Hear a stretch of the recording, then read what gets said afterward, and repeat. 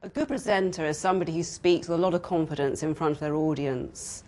It's important that they're very relaxed as well, that they make their audience feel comfortable with what they're saying. They need to be able to engage their audience, so every word they say actually is interesting and the audience take it on board. It's very important to think about that first impression and what you actually give your audience. And if you have any distracting habits, for example, before you speak, often people will just touch their chin or scratch their head. So the first thing I tell people is think about how you're using your hands and warm them up before you start to get rid of any nervous tension. So one thing I get them to do is just to actually stretch their hands really strong before they start, and then clench them and then stretch them again and just shake them out like this. And what that does, it actually creates tension and then it releases it. And what it can help the presenter do is actually to feel the energy right to their fingertips.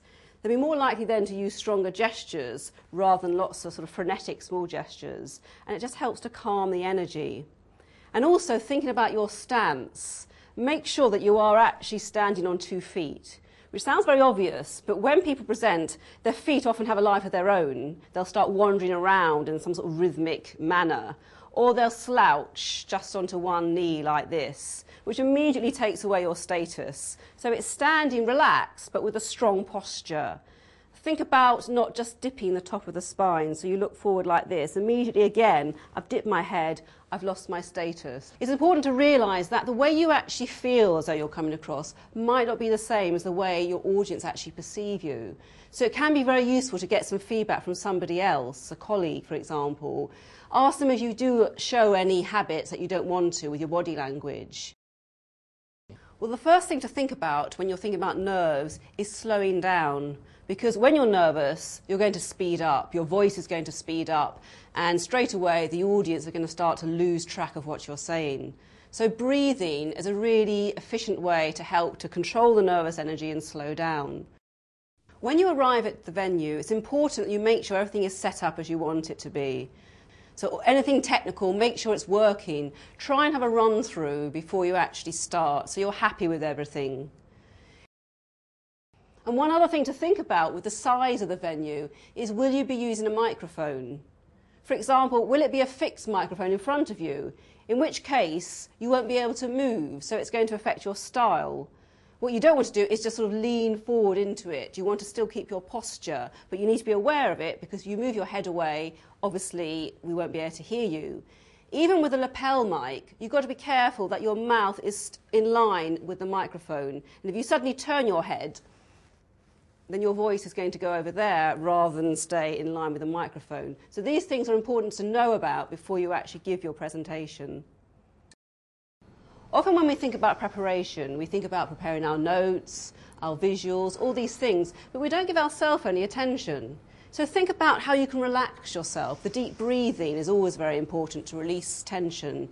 Think about your face in particular, because your face is going to affect your voice. And if you've got tension around the mouth, around here, your mouth will seize up and your voice will come out rather monotone and quiet. So just think about exaggerating the movement in your mouth when you speak. Maybe just silently mouth a few tongue twisters just to get these muscles relaxed, so that when you do speak, your face is relaxed, you're more likely to smile and be animated when you speak, and your voice is going to come out with a much clearer quality. A second way that really helps is knowing your opening, so that you know how you're going to start. And I give the advice of learning the first 3 sentences off by heart, so you know exactly what you're going to say. And there's no hesitation, there's no umming or erring. Make them short and snappy sentences, because they're much easier to deliver. And the audience then, they'll hook on to what you're saying straight away. We can always deal with awkward questions, first of all, by preparing for them. So try and brainstorm them first of all, so that you're really ready for them and you've actually thought about answers. That'll be the first thing that can help you.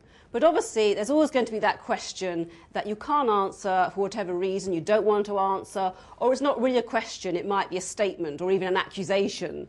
So what we want to do is to manage the audience's expectations. And maybe before you start the question and answer session, actually say to the audience, there may be some questions that I won't have the time to actually go into the detail that this question requires. So what I will ask you to do is email me the question so that I can actually give you a thorough response afterwards.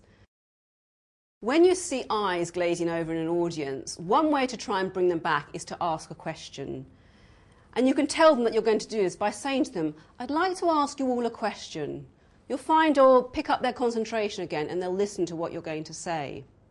Another way that can help is to move towards a certain section of the audience, particularly if you think there's a certain section where they seem to have drifted off a bit.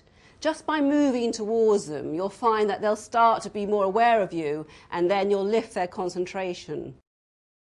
To leave your audience on a high, you need to leave on a high first of all. But it's important that you have the energy and enthusiasm right at the end of a presentation. Often when someone finishes, they've done all this hard work, presented really well, and they end up with, that's basically it. And it really destroys the good presentation. So you want to finish as you started with a really strong ending, something that will maybe leave the audience to think about. So you might end, for example, with a quote, with a question to the audience, or maybe a cause for action, something that they'll take away and remember, and keep it short and succinct.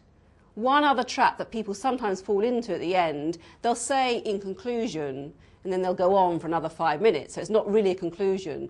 Once you say the word in conclusion, you grab back the audience's attention. So you want to make the most of it and have a really sharp, punchy ending right at the end, so they feel like they've remembered that key message and they've got something to take away from the presentation.